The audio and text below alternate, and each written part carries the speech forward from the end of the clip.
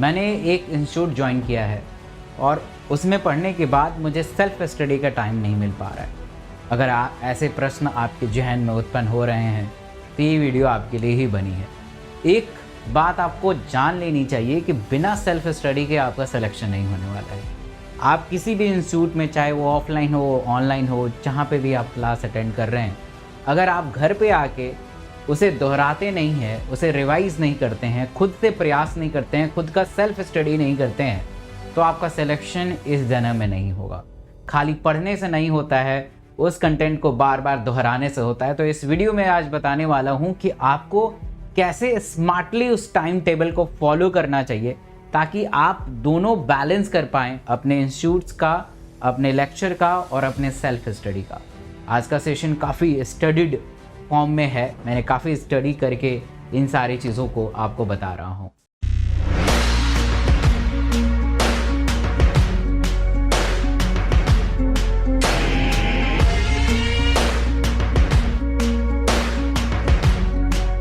तो स्टार्ट करते हैं। आप कोई भी आपने कोर्स में एडमिशन लिया हो, चाहे ऑफलाइन हो या ऑनलाइन हो, मैक्सिमम वहाँ पे क्लास डेली अगर मैं बात करूँ तो 6 से 7 घंटा चलती है। मैं ऑनलाइन पढ़ाता हूँ तो मैं भी, मेरे फिजिक्स, केमिस्ट्री, बायो की जितने भी टीचर हैं सब मिला के 6 से 7 घंटा क्लास होती है। आप ऑफलाइन अगर ज्वाइन करते हैं उसमें भी 6 से 7 घंटा ही क्लास होती है, उससे ज़्यादा क्लास होती नहीं है। अब 6 से 7 घंटा आप पढ़ते हैं तो आपको कम से कम 3 से 4 घंटा सेल्फ स्टडी करना बहुत ज़रूरी है। तभी आप वो 6 से 7 घंटे को स्मार्टली यूटिलाइज करते हैं। गलती नंबर पहला कि बहुत सारे स्टूडेंट ये सोचते हैं कि मैं बहुत ही जल्दी अपने कोर्स को ख़त्म कर लूँ ताकि मैं लास्ट टाइम में रिवाइज़ करूँ और मॉक टेस्ट करना जल्दी से स्टार्ट कर दूँ। ये बहुत बड़ी भूल है। वो करते क्या है कि इंस्टीट्यूट में कुछ और चल रहा है और खुद अपना, अगर उन्हें 1-2 घंटे का सेल्फ स्टडी का टाइम मिल जाता है तो खुद से ही अपना कुछ नया चीज़ पढ़ना शुरू कर देते हैं।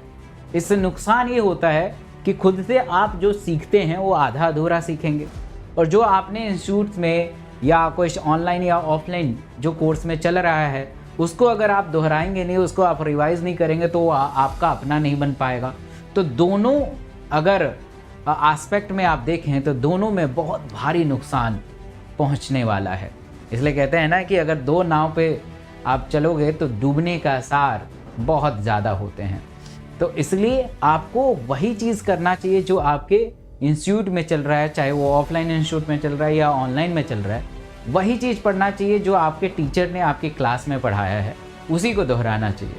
तो इससे हमें सीख ये मिलती है कि अगर मान लीजिए कि आपके फिज़िक्स की क्लास हो रही है और फिज़िक्स में आप इलेक्ट्रोस्टैटिक्स आपके सर ने पढ़ाया है, तो आपके घर पे आने के बाद, क्लास लेने के बाद आप इलेक्ट्रोस्टैटिक्स को रिवाइज़ करिए।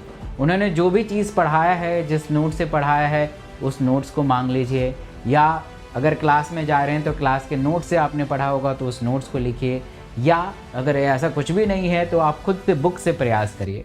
तो जो उन्होंने पढ़ाया है वही करना है। केमिस्ट्री में मान लीजिए कि आपको सर ने एस ब्लॉक पढ़ाया तो आपको घर पे आके एस ब्लॉक ही पढ़ना चाहिए, आपको पी ब्लॉक और डी ब्लॉक नहीं पढ़ना चाहिए। बायो में मान लीजिए कि आपको sexual reproduction in flowering plants पढ़ाया है तो आपको यही पढ़ना चाहिए, ह्यूमन रिप्रोडक्शन नहीं पढ़ना चाहिए। तो दिस इज़ द स्टेप कि जो आप इंस्टीट्यूट में पढ़ रहे हैं, जो आप क्लास ले रहे हैं, वही चीज़, सेम चीज़ आपको सेल्फ स्टडी में दोहराना है। और एटलीस्ट अगर आप 6 घंटे की क्लास ले रहे हैं तो आपको 4 घंटा सेल्फ स्टडी करना चाहिए। अगर आप 7 घंटे की क्लास ले रहे हैं तो 3 घंटे का सेल्फ स्टडी करना चाहिए। मतलब टोटल मिला के आपको 10 घंटा ज़रूर पढ़ना चाहिए। जब तक आप 10 घंटा अपने स्टडी 24 घंटे में 10 घंटा नहीं देंगे तो नीट जैसे कॉम्पिटिटिव एरा में पास होना और उसमें 18 लाख बच्चों को रौंद के आगे निकलना बहुत बड़ी बात हो जाएगी। इसलिए 10 घंटा डेडिकेटेड रोज़ाना आपको देना पड़ेगा, वो भी बहुत फोकस के साथ, डिटर्मिनेशन के साथ, डेडिकेशन के साथ। इन सबको आसान बनाने के लिए आप एक छोटे से पेज ले सकते हैं, पीस ऑफ पेपर ले सकते हैं और इस पेपर में एक टू डू लिस्ट बना सकते हैं।